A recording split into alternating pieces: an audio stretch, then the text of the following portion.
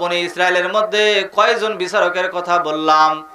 তিনজন বিচারক, ন্যায়পরায়ণ বিচারক ছিল। জিবরাইল আলাইহিস সালাতু ওয়াস সালাম দুগ্ধবতী একটা ঘোড়া নিয়ে চলে গেলেন ওই জায়গায় যেখানে কৃষক মানুষ গরুকে গোসল করাইতেছিল, নদী অথবা পুকুরের পাড়ে, যেখানে ওই কৃষক গরুর বাছুরকে উপরে দাঁড় করিয়ে রেখে গরুকে নিয়ে নদীতে গোসল করানোর জন্য নেমেছিল।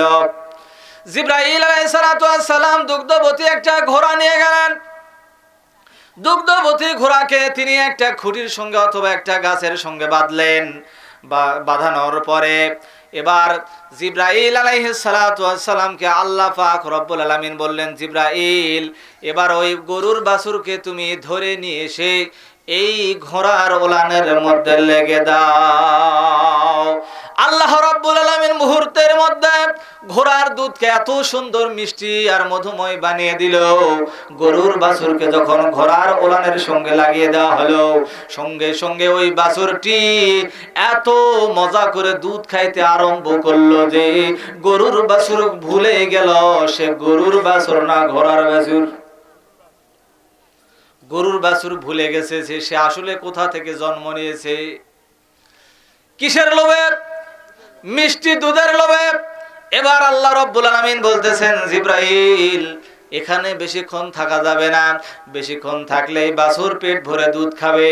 এবার পেট খালি থাকা অবস্থায় তুমি ঘোড়াটা নিয়ে তুমি সামনের দিকে চলো।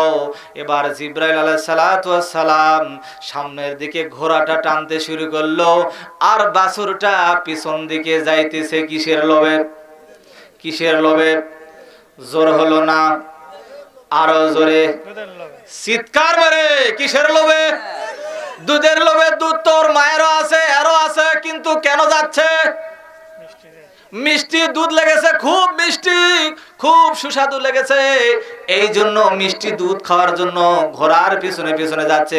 কার বাচ্চা? গরুর বাচ্চা, গাভীর বাচ্চা যাচ্ছে।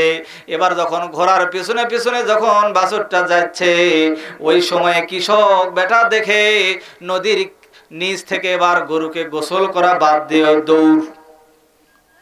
ঘোড়ার মালিকের পিছনে এবার দৌড়, ঘোড়ার পিছনে দৌড়। যাইতেছে আর বলতেছে, ভাই দাঁড়াও, এই ভাই ঘোড়াওয়ালা দাঁড়াও, এই ভাই ঘোড়াওয়ালা দাঁড়াও। এবার ঘোড়াওয়ালা দাঁড়িয়ে গেল। ঘোড়াওয়ালা দাঁড়িয়ে বলতেছে, ভাই আপনি এত জোরে আসতেছেন আর চিৎকার করতেছেন, ব্যাপার কি বুঝলাম না। এবার গরুর মালিক ডাক দিয়ে বলতেছে, ভাইজান এই জন্য করে ডাকতেছি যে এই যে বাছুরটা আপনি নিয়ে যাচ্ছেন, এই বাছুরটা আসলে আপনার বাছুর নয়, এই বাছুরটা আমার গাভীর বাছুর। মানুষরূপী জিবরাইল ঘোড়াওয়ালা বলতেছে, অসম্ভব ব্যাপার, এটা তো কখনো হতে পারে না। আমার ঘোড়ার বাছুর তো আমার পিছনে আসতেছে, আমার ঘোড়ার পিছনে আসতেছে, আপনি এসে বলতেছেন আপনার গরুর বাছুর, এটা অসম্ভব ব্যাপার, কখনো হতে পারে? কখনো হতে পারে না। কারণ যেই গাভী, সেই গাভীর পিছনে বাচ্চা দৌড় দেয়, ঠিক না ঠিক? ঘোড়াওয়ালা আর কৃষক দুইজন ঝগড়া লেগে গেল। এক পর্যায়ে গন্ডগোল হবে, মারামারি লেগে যাবে। যারা ক্ষমতায় থাকে ওদের সঙ্গে যারা ক্ষমতায় নাই, ওরা যখন তর্ক বিতর্ক লাগতো, এক সময় তারা যারা ক্ষমতায় ছিল, যারা ক্ষমতায় নাই তাদের উপরে তারা ঘুষি কিল মারতো, ঠিক না বেঠিক? কথায় কথায় রাগ দেখাতো, কথায় কথায় জুতা তুলতো, কথায় কথায় লাঠি মারতো, কথায় কথায় মানুষকে অপমান করতো, ঠিক না বেঠিক?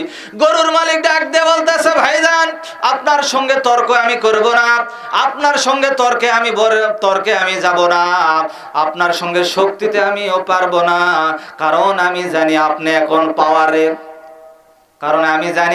এখন পাওয়ারে, আপনি আছেন এখন ক্ষমতায়, আপনার সঙ্গে তর্ক করে আমার কোনো লাভ হবে না।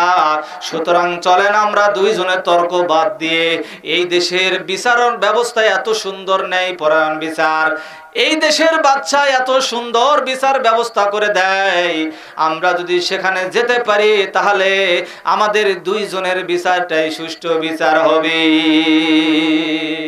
কি বিচার হবে? সুষ্ঠু বিচার হবে। সুষ্ঠু বিচার আপনারা কি শুনবেন? যদি শুনবার চান তাহলে পকেটে হাত দেওয়া লাগবে।